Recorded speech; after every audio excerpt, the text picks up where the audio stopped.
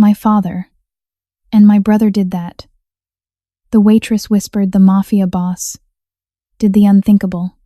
The porcelain coffee cup trembled in her hands, rattling against the saucer like chattering teeth. On the diner's overhead television, the news anchor droned on about the devastating warehouse fire that had claimed 3 lives the night before. Roman, the man in the tailored charcoal suit who terrified everyone else in the city, didn't look at the screen. His dark, piercing eyes were fixed entirely on her bruised wrist, and the sheer terror draining the color from her face. "You know something about that fire," he stated, his voice a low, gravelly rumble that commanded absolute truth. She squeezed her eyes shut, a single tear escaping.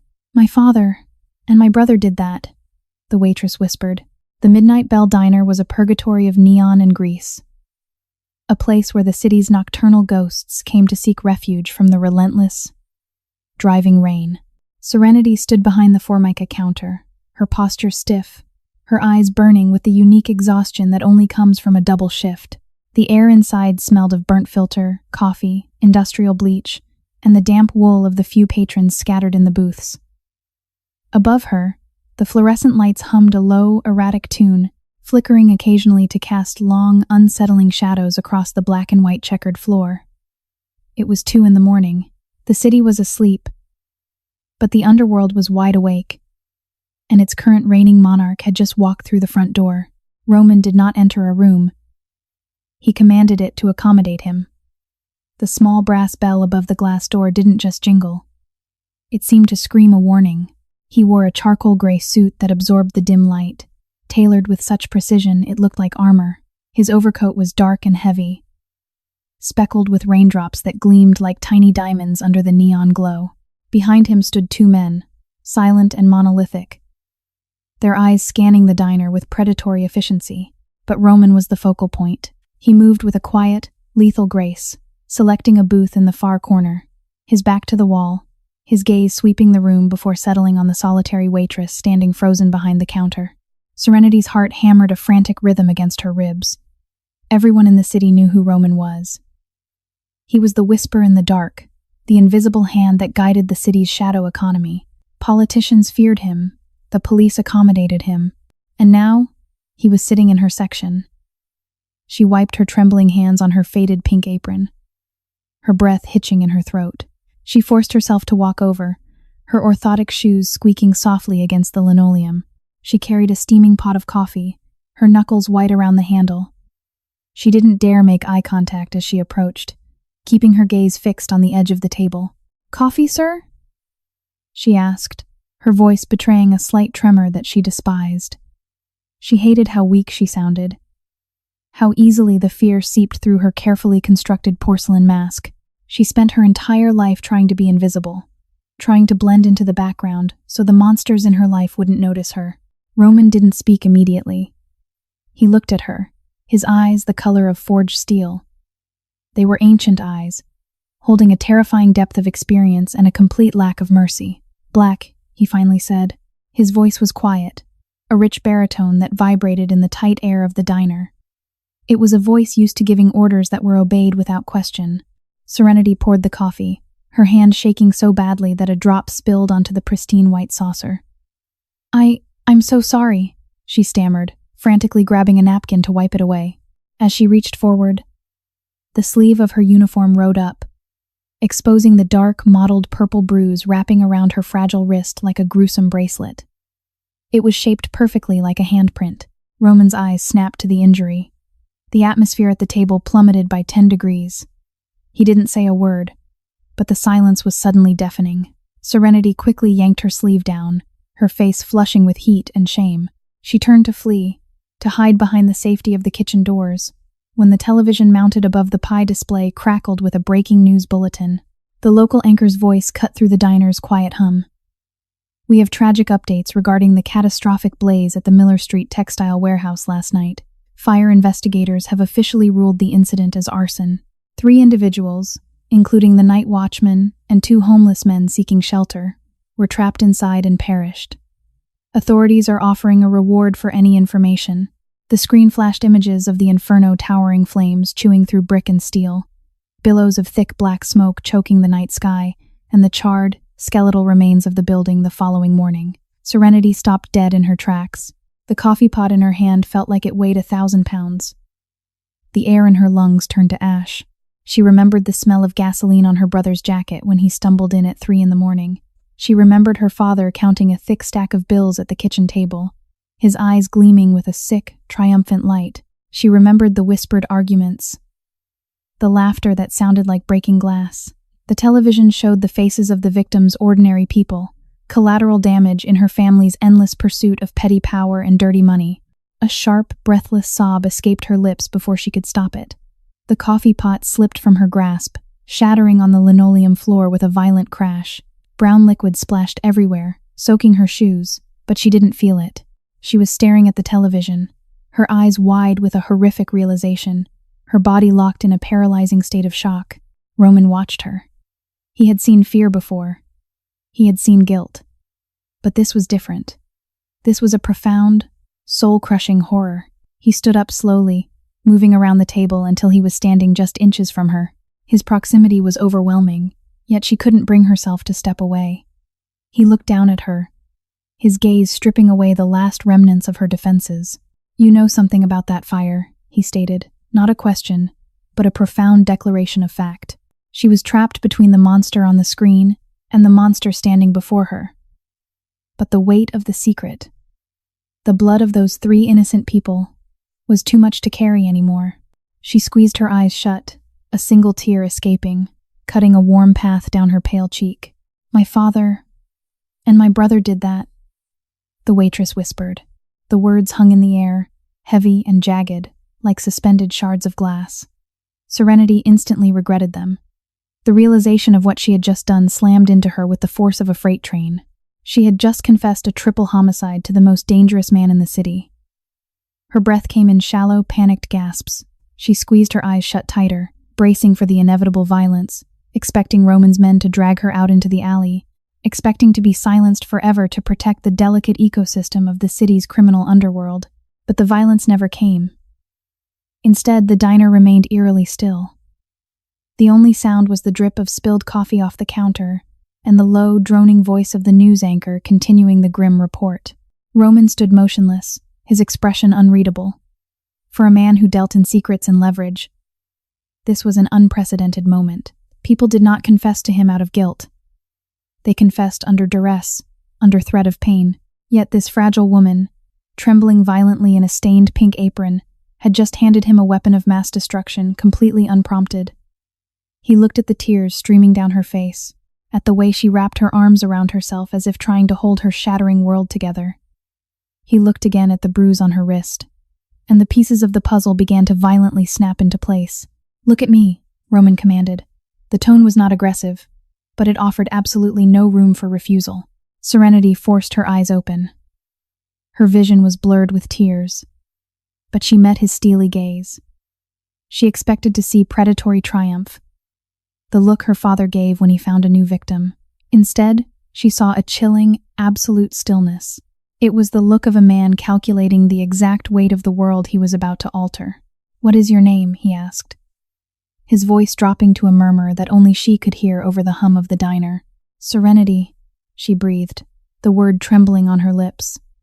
It felt like a bitter irony, a name that represented everything she had never experienced. Roman held her gaze for 3 agonizingly long seconds. In that brief window of time, entire empires could rise and fall in his mind. He didn't ask her for proof. He didn't ask her why they did it. He had spent decades reading the subtle topography of human deception, and he knew absolute truth when it stood bleeding before him. He saw the years of quiet torment etched into the corners of her eyes, the conditioned flinch of someone who lived in constant anticipation of a blow. He slowly reached into the inner pocket of his suit jacket. Serenity flinched, instinctively taking a half step back, her shoulder bumping hard against the pie display case. Roman's hand emerged holding a sleek, silver money clip. He peeled off 3 crisp $100 bills and laid them gently on the counter, right next to the shattered remains of the coffee pot. "Clean this up," Roman said softly, his eyes never leaving hers. "Finish your shift. Go home. Lock your door, Serenity. And do not speak of this to anyone. Not a single soul. Do you understand me?" She nodded frantically, her throat too tight to form words. She was a ghost, a shadow agreeing to disappear. Roman turned away, his dark overcoat sweeping the air. He signaled to his men with a microscopic tilt of his head. They moved immediately, flanking him as he walked toward the exit. The brass bell jingled sharply as the door opened, letting in a gust of cold, rain-soaked air that sent a shiver down Serenity's spine. And then, he was gone, swallowed by the unforgiving night, leaving behind the faint scent of expensive cologne, ozone, and impending doom. Serenity stood frozen for a long time. The diner manager, a balding man named Gary, who had conveniently hidden in the back office the moment Roman arrived, finally poked his head through the swinging kitchen doors. Is he gone? Gary asked, his voice squeaking. He looked at the broken glass, the spilled coffee, and the $300 sitting on the counter. What happened out here? I dropped a pot, Serenity whispered, her voice hollow, detached from her own body. She numbly reached for the money, folding it tightly and shoving it deep into the pocket of her apron. He left a tip for the mess. The rest of the shift was a blur of mechanized movements. She wiped tables, refilled salt shakers, and swept the floor. But her mind was miles away, trapped in a terrifying spiral. Why had she told him? It was a moment of sheer, unadulterated madness. The faces of the victims on the television had broken something deep inside her, a dam that had been cracking under immense pressure for years. But speaking out was a death sentence. Her father and brother were not masterminds. They were brutal, arrogant thugs who believed they were untouchable because they paid off the right local cops. If they ever found out she had spoken to Roman, the apex predator of the city, they would kill her. They had promised as much, many times over. When her shift finally ended at 6 a.m, the rain had stopped, but the sky remained a bruised, dismal gray. Serenity wrapped her thin coat tightly around herself, stepping out into the damp chill. The walk to her neighborhood was a grueling 2-mile trek through the city's decaying industrial district. Every shadow seemed to harbor a threat. Every passing car made her heart leap into her throat. She imagined Roman's men following her. She imagined her brother waiting in the alley with a tire iron. She clutched her pocket, her fingers brushing against the crisp bills Roman had left. It wasn't just a tip. It felt like a down payment. It felt like a contract she had signed in blood without reading the terms. She had handed her family over to a monster. And as she approached the crumbling 2-story house at the end of a dead-end street, she realized with terrifying clarity that she had no idea what the monster was going to do with them. The house on Elmira Street was a masterclass in deception. From the outside, it looked like any other lower-middle-class suburban home-faded vinyl siding, a patchy front lawn, and a porch swing that groaned in the wind. But to Serenity, it was a fortress of misery, a pressure cooker where the air was always thick with unspoken threats and the metallic tang of fear. She turned the key in the front door with agonizing slowness, praying the lock wouldn't click too loudly. It was 6:30 a.m. Usually, they would be passed out by now. She pushed the door open, wincing as the hinges squealed a microscopic protest. The house smelled of stale cigarette smoke, spilled bourbon, and the greasy remnants of cheap takeout. Well, look who finally decided to grace us with her presence, a voice slurred from the living room. Serenity froze, her hand still gripping the brass doorknob. Her brother, Marcus, was sprawled across the faded floral sofa. He was 25, built like a brick wall, with cruel, restless eyes and knuckles that were permanently scarred from bar fights. He held a half-empty bottle of amber liquid in one hand, his feet propped up on the coffee table, right next to a chaotic pile of rubber-banded cash. "I was working, Marcus," Serenity said quietly, keeping her eyes cast downward as she stepped inside and closed the door. She tried to make herself as small as possible, hugging her coat tightly against her chest. "Working," Marcus mocked, letting out a sharp, barking laugh. "Flipping pancakes for minimum wage while the real men make the real money. You're pathetic, Ren. You know that? Utterly pathetic." He swung his legs off the table and leaned forward, his eyes narrowing. The smell of gasoline still clung to his clothes, a sharp chemical odor that cut through the scent of alcohol. It was the same smell he had carried when he came home 2 nights ago, wild-eyed and manic, the night of the warehouse fire. "Where's Dad?" she asked softly, desperate to deflect his attention. "Sleeping like a baby," Marcus sneered, taking another deep swig from the bottle. "We had a big night, a very profitable night, celebrating our investments." He gestured lazily toward the pile of cash. "Insurance payouts are a beautiful thing, Ren. Especially when the fire inspector is the one signing off on the accidental electrical failure." Serenity felt a wave of nausea wash over her. Her father, Elias, was the senior fire inspector for the district. For years, he had used his badge to extort local businesses, pay the protection fee, or suddenly find your building condemned for non-existent code violations. Refuse to pay, and Marcus would pay a visit in the dead of night with a jerry can and a box of matches. Elias would then investigate the fire, rule it an accident, and collect a massive cut from the fraudulent insurance claims. They were parasites, feeding off the fear and ruin of innocent people. And they were protected. The local precinct captain, a man named Donnelly, was on Elias's payroll, ensuring that any inconvenient questions were quickly buried. "You need to be quiet," Serenity whispered, her eyes darting toward the hallway that led to her father's bedroom. "You're being too loud." Marcus stood up, his massive frame swaying slightly. In 2 heavy strides, he crossed the room and grabbed her by the arm, his fingers digging viciously into the exact spot where her wrist was already bruised purple. Serenity let out a sharp gasp of pain, her knees buckling slightly, but she bit down on her lip to keep from crying out. "Don't tell me what to do in my own house, you ungrateful little bitch," Marcus hissed, his face inches from hers. His breath was toxic. "You live here because we allow it. You eat because we allow it. You ever forget that? You ever breathe a word about our business to anyone? And I won't just burn a warehouse. I'll burn you right alongside it. Do you understand me?" "I understand," she choked out, tears of pain pricking the corners of her eyes. "Let me go, Marcus, please." He held on for a second longer, letting the pain radiate up her arm, before shoving her backward. She stumbled against the wall, her shoulder hitting the plaster with a dull thud. Marcus chuckled darkly, turning his back on her to grab his bottle again. "Go to your room," he dismissed her with a wave of his hand. "And stay out of sight. The sight of you makes me sick." Serenity didn't need to be told twice. She scurried down the dark hallway, her heart pounding a frantic rhythm against her ribs.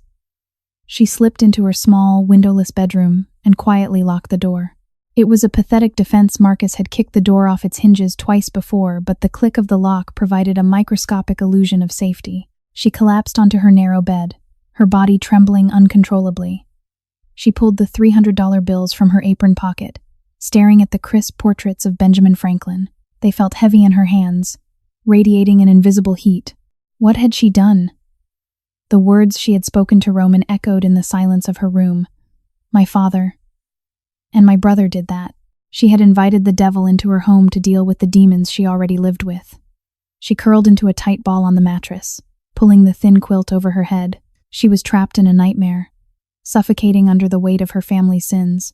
She closed her eyes, praying for sleep. But all she could see were the flames of the warehouse fire, and the cold, unyielding steel in Roman's eyes. He had told her to lock her door. He had told her not to speak of it, but he hadn't told her what was coming next. And in the shadows of the suburbs, the anticipation was a torment all its own. High above the grime and grit of the city streets, Roman's office was a sanctuary of silence and power. The penthouse suite was encased in floor-to-ceiling soundproof glass, offering a panoramic view of the sprawling metropolis that bent to his will. The room smelled of old leather, expensive bourbon, and the faint, earthy aroma of imported cigars. There were no weapons in sight, no garish displays of wealth. True power didn't need to shout, it only needed to exist. Roman sat behind a massive mahogany desk, his posture perfectly rigid. He was staring out at the city lights, watching the rain streak the glass like tears on a dirty cheek. He had not slept. The image of the trembling waitress, the stark terror in her eyes, and the damning words she had whispered were etched into the forefront of his mind. The heavy oak door to his office clicked open, and Leo stepped inside. Leo was Roman's right hand, a man whose sharply tailored suits hid a mind as cold and calculating as a supercomputer, and hands that had done unspeakable things to build their empire. He carried a thin, manila folder, placing it precisely in the center of Roman's desk. "You asked for an audit on a local fire inspector. Elias and his son Marcus," Leo said, his voice neutral, betraying zero curiosity about why the boss was suddenly interested in bottom feeders. Roman turned his chair away from the window, leaning forward to open the folder. "And they are exactly what you suspected," Leo reported, standing with his hands clasped behind his back. "Small-time extortionists. Elias uses his badge to shake down independent businesses on the east side. If they don't pay the expedited inspection fees, Marcus pays a visit with a gas can. They burn the place down. Elias rules it an electrical fault, and they split the insurance kickbacks with a corrupt adjuster." Roman flipped through the pages. The file contained surveillance photos, bank records, and a list of burnt properties. It was a sloppy, arrogant operation. "The warehouse fire 2 nights ago, the one with 3 casualties. Them?" Leo confirmed with a slow nod. "A rival garment manufacturer refused to pay Elias's doubled premium. Marcus decided to make an example of them. They didn't check the building for occupants before lighting it up. Or, if they did, they didn't care." Roman's jaw tightened infinitesimally. He was not a righteous man. He had built his empire on violence, coercion, and fear. He controlled the docks, the unions, and the underground casinos, but he had rules. He operated within a strict code of conduct that separated organized crime from chaotic savagery. You did not touch civilians. You did not burn down livelihoods for petty cash. And you certainly did not incinerate innocent people just to make a point. "Who protects them?" Roman asked, his voice dangerously soft. "Thugs this sloppy don't operate for a decade without a badge covering their tracks. Captain Donnelly at the 4th Precinct," Leo answered immediately. "He takes a 20% cut of their take to misplace files, lose evidence, and ensure that any complaints filed against Elias mysteriously vanish." Roman closed the folder. The slap of the cardboard sounded like a gunshot in the quiet room. He leaned back in his chair, steepling his fingers beneath his chin. He thought about the bruise on Serenity's wrist. He thought about the absolute despair that had driven her to confess to a Mafia boss. She was a hostage in her own life, living with rabid dogs who were protected by the very system designed to lock them up. "What are your orders?" Leo asked, perfectly still. "Do I send a crew to their house? Make it look like a home invasion gone wrong? It would be quick, clean." Roman stared at the closed folder. A quick bullet to the back of the head was too merciful for men who burned people alive and tortured their own blood. A simple assassination wouldn't balance the scales. It would just create 2 martyrs for a corrupt police captain to use for political leverage. No, death was too easy. Roman wanted to dismantle them. He wanted to strip them of their power, their arrogance, and their false sense of invincibility. He wanted them to feel the exact same suffocating terror they had inflicted on that girl, and on every business owner they had ruined. He was going to step entirely out of his lane, break the foundational rules of the underworld, and tear their reality apart piece by agonizing piece. "No," Roman finally said, his voice dropping to a glacial chill. "No bullets. No home invasions. I want them awake for this. I want them to watch their entire world burn down around them before the ashes even hit the ground." Leo raised a single eyebrow, a rare display of surprise. "You want to dismantle them systematically?" "Boss, with respect, they are beneath our notice. Moving against a sitting fire inspector and a precinct captain, it draws unnecessary heat. They burned 3 innocent people alive." "Leo," Roman stated, his eyes locking onto his lieutenant with terrifying intensity. "And they beat a girl whose only crime is sharing their last name. They aren't criminals. They are a disease, and we are going to act as the cure." Leo nodded slowly, recognizing the absolute finality in Roman's tone. "How do we begin?" Roman stood up, buttoning his suit jacket. "We start with the muscle. We show the son that he is nothing but a frightened child playing with matches in a world of actual monsters. Cut him off from his money, isolate him, make him feel the cold." Roman walked toward the office door, his presence radiating a dark, unstoppable momentum. "And then, we break the father's foundation. We are going to orchestrate an unscheduled audit of their miserable lives." Marcus swaggered down the rain-slicked pavement of the east side alleyway. The collar of his leather jacket turned up against the biting wind. He felt invincible. The warehouse fire had been a massive success. The payout was securely stashed in his bedroom, and the city was his personal playground. He was headed to O'Malley's auto body shop, a front for an illegal chop shop that owed his father 3 months of backlogged protection money. Marcus was there to collect, and he was eager to use his knuckles to emphasize the point. He kicked open the side door of the garage, expecting the familiar symphony of grinding metal, cursing mechanics, and the heavy scent of motor oil. Instead, he was met with absolute, suffocating silence. The massive garage was dark, save for a single overhead floodlight illuminating a completely empty concrete floor. The half-disassembled luxury cars were gone. The hydraulic lifts were lowered and empty. The rolling toolboxes, the welding equipment, the illicit parts inventory, everything had vanished. It looked as though the place had been abandoned for years, not hours. "O'Malley!" Marcus shouted, his voice echoing off the cavernous walls, tinged with a sudden, sharp edge of confusion. "Where the hell are you, you cheap bastard?" "You owe me. Mr. O'Malley no longer operates in this district." A voice spoke from the shadows. Marcus spun around, his hand instinctively reaching for the heavy iron wrench tucked into his waistband. Stepping into the periphery of the floodlight was a man Marcus had never seen before. He was tall, wearing a meticulously tailored dark suit, his face an emotionless mask of professional indifference. It was Leo. "Who the hell are you?" Marcus demanded, taking a step forward, trying to project the feral intimidation that usually made local business owners cower. "And where is my money?" Leo did not flinch. He did not move his hands from where they rested casually at his sides. He simply looked at Marcus with the detached observation of a scientist examining a particularly unpleasant insect. "You don't have money anymore, Marcus," Leo said smoothly. "O'Malley's debt has been transferred. His shop has been liquidated. His assets have been seized by my employer." "Your employer?" Marcus scoffed, gripping the wrench tighter. "Listen to me, Suit. My father is Elias. We run this sector. Whatever two-bit loan shark you work for needs to back off before I burn this empty garage down just for the fun of it." Leo tilted his head slightly. "You rely heavily on fire, don't you? A coward's weapon. It requires no proximity, no skill, and no courage. You throw a match and run away in the dark." Marcus flushed dark red, his arrogance spiking into blind rage. With a guttural roar, he lunged forward, swinging the heavy iron wrench in a vicious arc aimed directly at Leo's skull. Leo didn't even blink. He didn't block. He simply took one precise half-step backward. The wrench sliced through empty air, the momentum pulling Marcus off balance. Before Marcus could recover, two men materialized from the deep shadows behind him.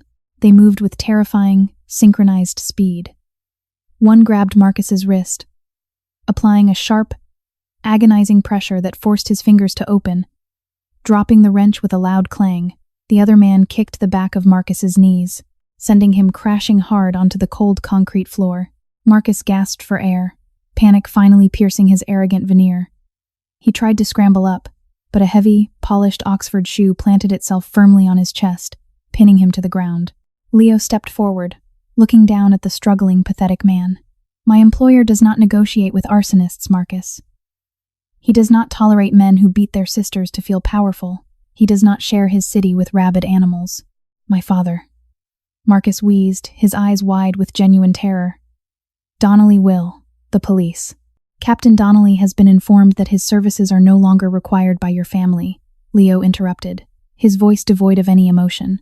"Your bank accounts, the ones holding the insurance payouts, were emptied 20 minutes ago and routed to an offshore charity. Your illicit supply lines are severed. Your muscle is gone."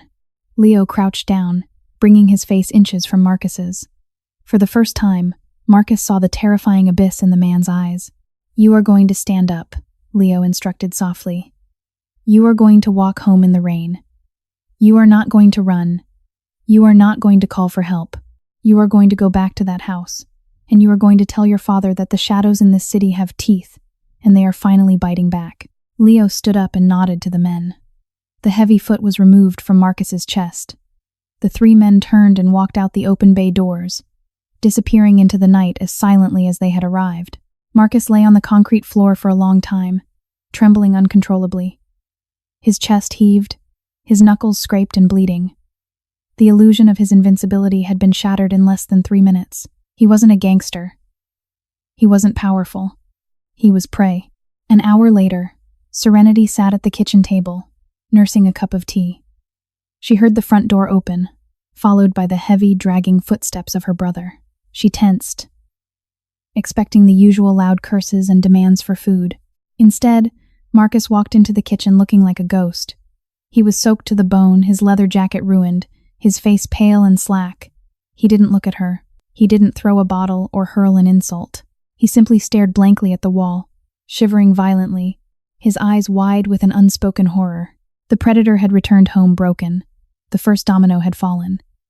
And Serenity, watching him from the corner of her eye, felt a terrifying electric jolt of realization. Roman had started the fire. Elias sat at his faux mahogany desk in the municipal fire inspector's office, whistling a tuneless melody as he polished his gold badge with a microfiber cloth. He was a man deeply satisfied with his own corruption. The warehouse fire had been a masterpiece. Tragic, yes, but highly profitable. The insurance adjuster, a nervous little man who owed Elias gambling debts, had already signed off on the paperwork. The money was virtually in the bank. Life was good. He reached for his locked lower drawer, retrieving the small brass key from his vest pocket. This drawer held his leverage. The black ledger detailing every bribe paid, every favor owed, and the explicit records of Captain Donnelly's cut of their extortion racket. It was his insurance policy against the very system he exploited. Elias inserted the key, turned it, and pulled the drawer open. His whistling died in his throat. The drawer was entirely empty. The black ledger was gone. The burner phone he used to contact Donnelly was gone.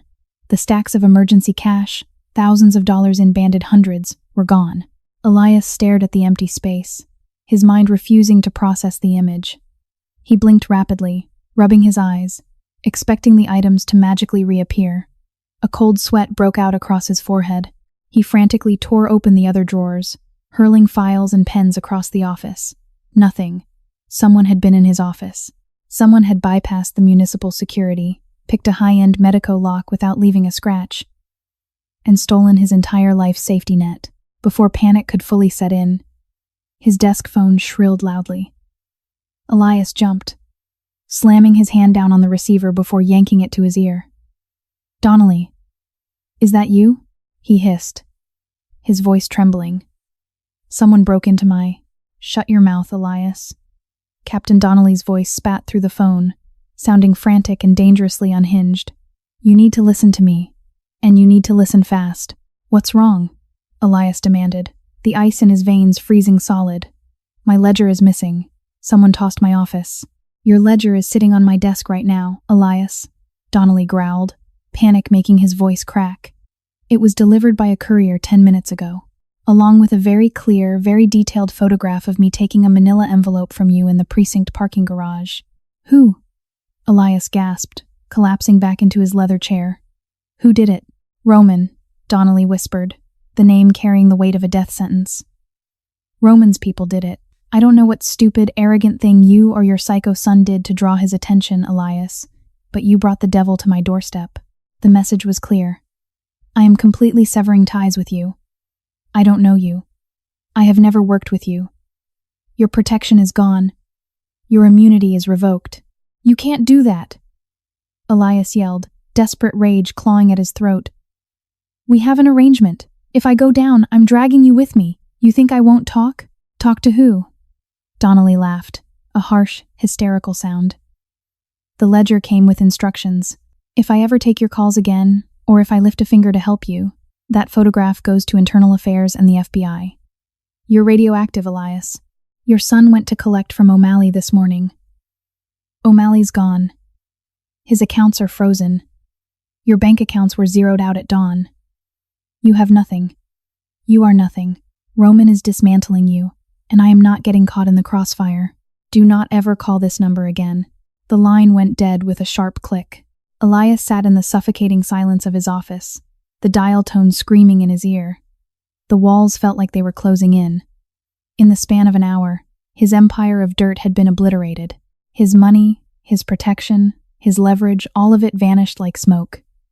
He was exposed. Naked. He bolted upright, grabbing his coat. He had to get home.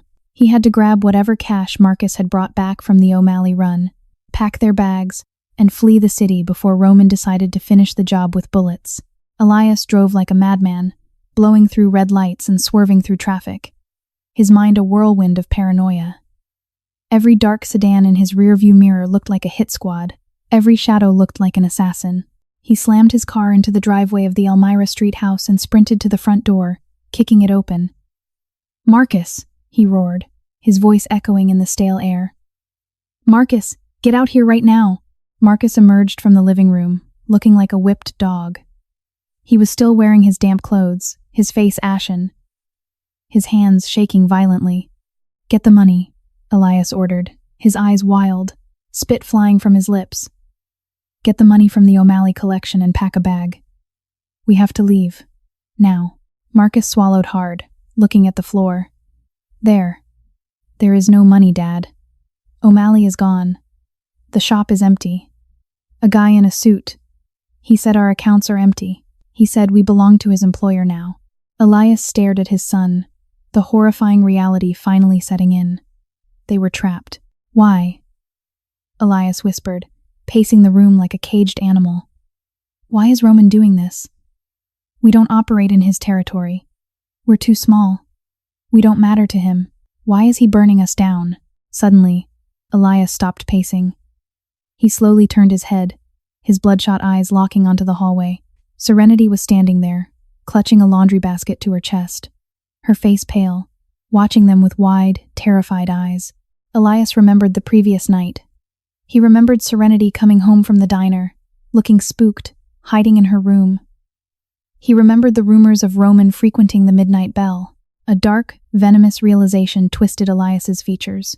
He dropped his coat, advancing slowly toward his daughter, his hands balling into tight, violent fists. "You," he hissed, the word dripping with pure hatred. "What did you say to him?" The air in the living room grew so thick with impending violence it felt hard to breathe. Serenity backed away slowly, the plastic laundry basket acting as a pathetic shield against her chest.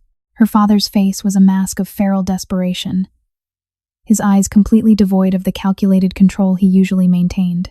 He wasn't a corrupt official anymore. He was a cornered rat, and rats were at their most dangerous when they had nowhere left to run. "I didn't do anything," Serenity stammered, her voice trembling violently. Her back hit the wall of the hallway. There was nowhere else to retreat. "Liar!" Elias roared, lunging forward and slapping the laundry basket out of her hands.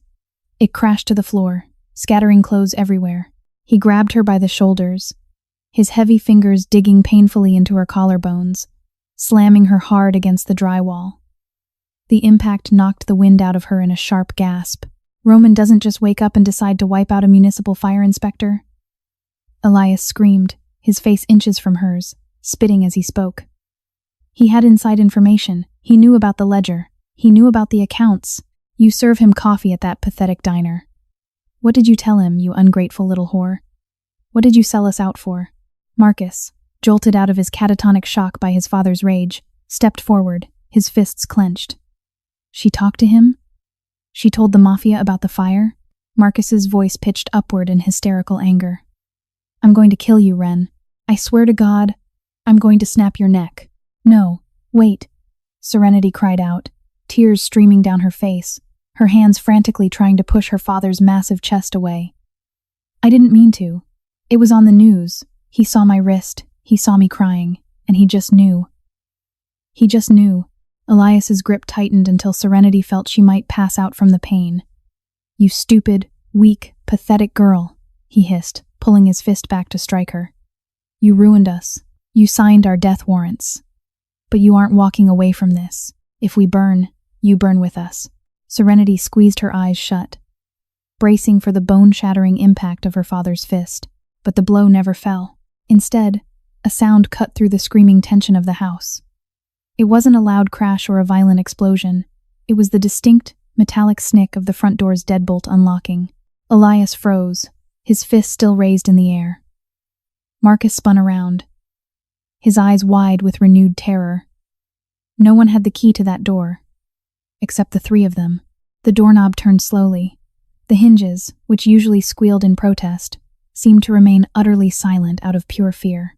The door pushed open, revealing the dismal gray afternoon light and the towering silhouette of the man standing on the threshold. Roman stepped into the dingy living room, bringing the freezing outside air with him.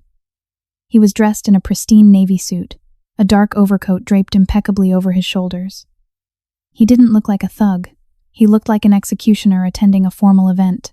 Behind him, Visible on the front lawn were 4 men in dark suits, securing the perimeter, but they did not enter. This was Roman's stage. The absolute silence that followed his entrance was deafening.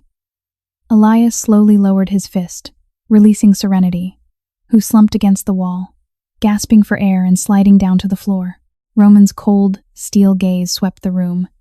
He took in the overturned laundry basket, the terrified son, the sweating, guilty father, and the sobbing girl trembling on the floorboards. His eyes lingered on Serenity for a fraction of a second, registering the red marks blooming on her collarbones.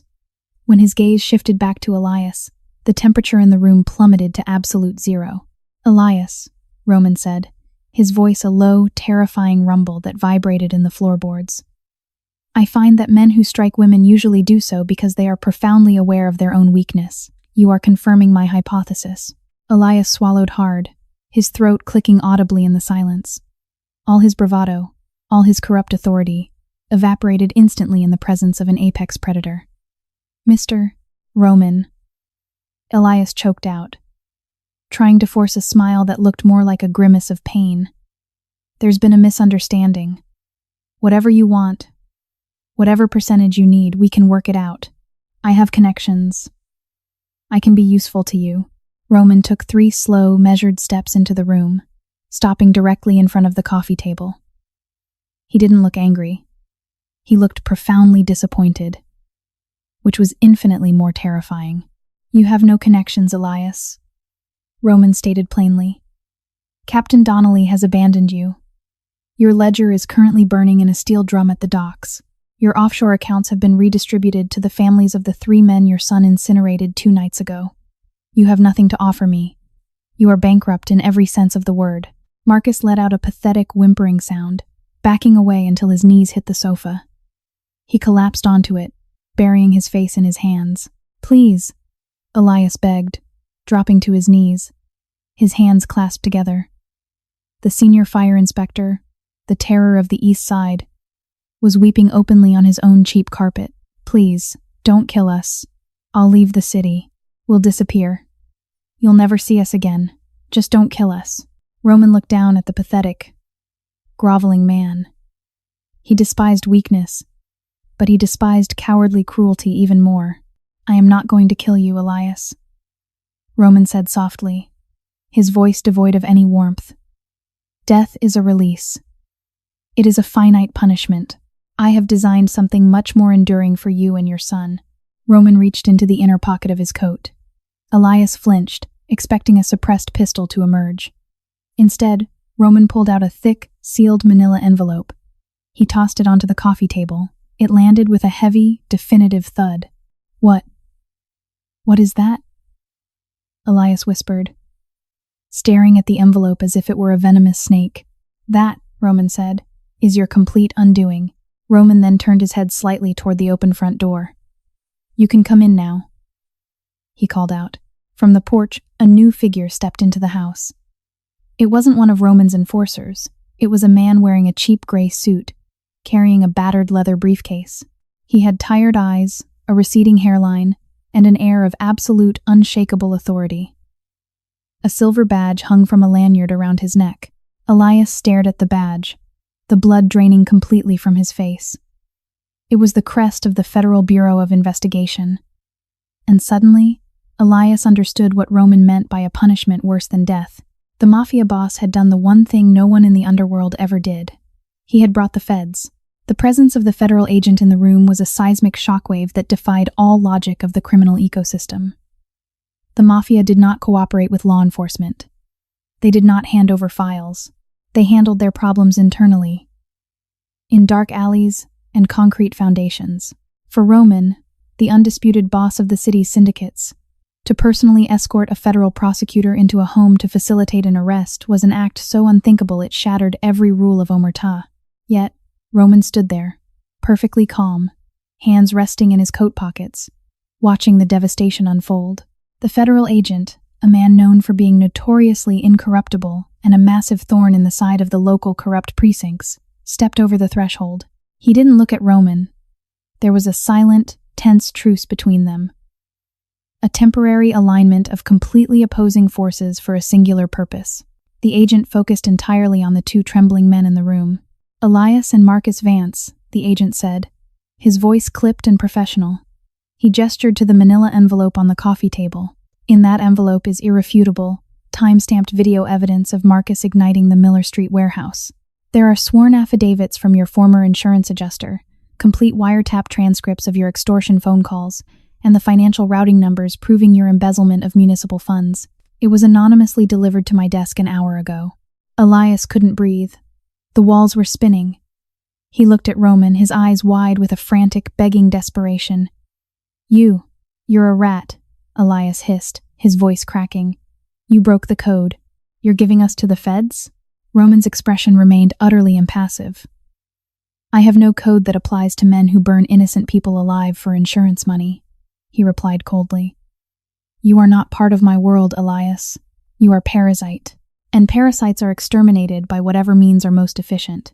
Roman took a step closer to the kneeling man, lowering his voice so only Elias could hear the terrifying finality in his words. If I killed you, you would be a tragic victim of gang violence. Your corrupt captain would use your death to secure more funding. But this? Federal indictment for arson, triple homicide, and racketeering? You are going to a supermax prison, Elias. You will be stripped of your pension, your pride, and your freedom. You will spend the rest of your life in a concrete box, knowing that you lost everything because you couldn't control your own greed and cruelty. That is true justice. The agent signaled toward the door. Two heavily armed federal marshals stepped into the house, their tactical gear a stark contrast to the domestic squalor of the living room. Cuff them, the agent ordered. Marcus didn't fight. He was completely broken, sobbing hysterically as the heavy steel cuffs clicked around his wrists. He was dragged to his feet, a pathetic, weeping child in a grown man's body. Elias, however, struggled. As the marshal hauled him up and wrenched his arms behind his back, he twisted violently, his eyes locking onto Serenity, who was still huddled on the floor, watching the scene in stunned silence. You! Elias screamed, spittle flying from his lips as he was dragged toward the door. This is your fault. You sold your own blood. You're dead, Serenity. Do you hear me? When I get out, you're dead. Roman stepped into Elias's line of sight, entirely blocking the furious man's view of the girl. Roman didn't say a word, but the lethal promise in his eyes was enough to choke the remaining screams in Elias's throat. The marshals shoved the two men out the front door, marching them across the dying lawn toward the waiting armored SUVs. The federal agent paused at the door, picking up the manila envelope from the table. He finally looked directly at Roman. There was no gratitude, only a weary understanding of the dark bargain that had just transpired. The evidence is airtight, the agent said simply. They aren't seeing daylight again. And the girl? The girl is legally emancipated as of this morning, Roman replied smoothly. The paperwork has already been filed with a sympathetic judge. She is no longer tied to their estate, their debts, or their names. She is a ghost to them. The agent nodded slowly, then turned and walked out, closing the door firmly behind him. The sudden silence in the house was profound. The oppressive, toxic atmosphere that had choked the rooms for years seemed to vanish with the slam of the door, replaced by a strange, hollow quiet. Roman turned slowly, his gaze finally resting on Serenity. She was still sitting on the floor, her knees pulled to her chest, her wide eyes staring at the space where her father had just been kneeling. She was trembling, but it wasn't the violent shaking of fear anymore. It was the tremors of a profound, overwhelming shock. The monsters were gone. The nightmare was over. Roman walked over to her. He didn't offer his hand to help her up. He knew she needed space, needed to process the monumental shift in her reality. He simply stood near her, a dark, silent sentinel in the ruins of her old life. Why? Serenity whispered, her voice barely audible, staring up at him with tear-streaked cheeks. Why did you do this? You're Roman. You don't help people. You don't go to the FBI. Why did you save me? Roman looked down at her. He thought about the empire of shadows he ruled, the violence he orchestrated, the cold calculus of his daily existence. He was not a good man. He would never claim to be, but looking at the bruised, resilient woman on the floor, he felt a strange, quiet vindication. Because, Serenity, Roman said softly, his voice losing its rough edge for the first time. In a world entirely populated by monsters, someone occasionally has to decide who gets eaten. Today, it wasn't you. He reached into his coat pocket one last time, pulling out a heavy brass key. He dropped it gently onto the floor beside her. That is the key to an apartment on the west side. The rent is paid for a year. There is a bank account set up in your name. Take it. Rebuild your life. And never look back at the ashes. Without another word, Roman turned and walked out the door, disappearing into the city he ruled, leaving Serenity alone to finally, truly, breathe. 3 weeks had passed since the federal raid on Elmira Street. The city had moved on, consuming the scandal of the corrupt fire inspector, with its usual voracious appetite before turning its attention to the next tragedy. But for Serenity, those 3 weeks felt like an entire lifetime. The cramped, sunlit apartment on the west side was completely silent. It was a beautiful, terrifying silence. There were no heavy boots stomping down the hallway, no drunken shouts shattering the night, no constant, paralyzing fear of the next blow. She stood by the large bay window, a mug of herbal tea warming her hands, watching the morning traffic flow far below. She wore a simple white sweater, the sleeves pushed up to her elbows. The purple bruise on her wrist had faded to a pale, yellowish memory. She was packing the last of her meager belongings from the Elmira house into 2 cardboard boxes on the floor. She had officially sold the property to a developer who planned to bulldoze it and build condos. The thought of that toxic structure being leveled to the ground brought her a profound sense of peace. She was cutting the anchor. A soft knock on her apartment door made her jump slightly. Old instincts died hard. But she quickly steadied her breathing, walking over and looking through the peephole. Her breath hitched. She unlocked the deadbolt and opened the door. Roman stood in the hallway. Seeing him in the harsh, bright daylight of a Sunday morning was jarring. He was not wearing his usual armor of a 3-piece suit. He wore a simple, dark cashmere sweater and tailored slacks. He looked less like the mythical apex predator of the underworld and more like a weary, wealthy businessman. Yet, the commanding aura of absolute authority still radiated from him. "I hope I'm not interrupting," Roman said quietly, his hands resting easily in his pockets. "No," Serenity said, stepping aside to let him in. "No, I was just finishing up. Please, come in." Roman stepped into the apartment. He took in the sparse furnishings, the boxes, the sunlight streaming through the windows. He seemed to approve of the quiet safety of the space. He stopped in the center of the living room, turning to face her. "The trial dates have been set," Roman stated, getting straight to the point. "The federal prosecutor is asking for consecutive life sentences for both of them. They are pleading guilty to avoid the death penalty. They will never see the outside of a cell again. And your name has been entirely scrubbed from the proceedings. You will not be called to testify." Serenity closed her eyes, letting out a long, shaky breath. A massive, crushing weight physically lifted from her shoulders. "Thank you," she whispered, opening her eyes to look at him. "I don't know how to repay you. I know men like you don't do favors for free." Roman offered a small, melancholic smile. It was a rare expression that softened the harsh angles of his face. "Men like me do terrible things, Serenity. We build empires on the suffering of others. We justify it with rules and codes. But it remains what it is. I did not do this for payment." He stepped closer to the window, looking out at the sprawling city he controlled. "I did this because when you dropped that coffee pot and you looked at the screen, I saw something I hadn't seen in a very long time. I saw absolute innocence completely crushed by cruelty. And I realized that if I have the power to destroy lives, I must also have the power to save one. Consider it a selfish act, a drop of water in an ocean of fire." Serenity walked over to stand beside him. The fear she had once felt for him was entirely gone. She understood exactly who and what he was, but she also knew what he had sacrificed to protect her. By bringing the FBI into the fold, he had risked his own empire, alienated corrupt allies, and broken the unwritten laws of his world. He had done the unthinkable. For a waitress he didn't even know.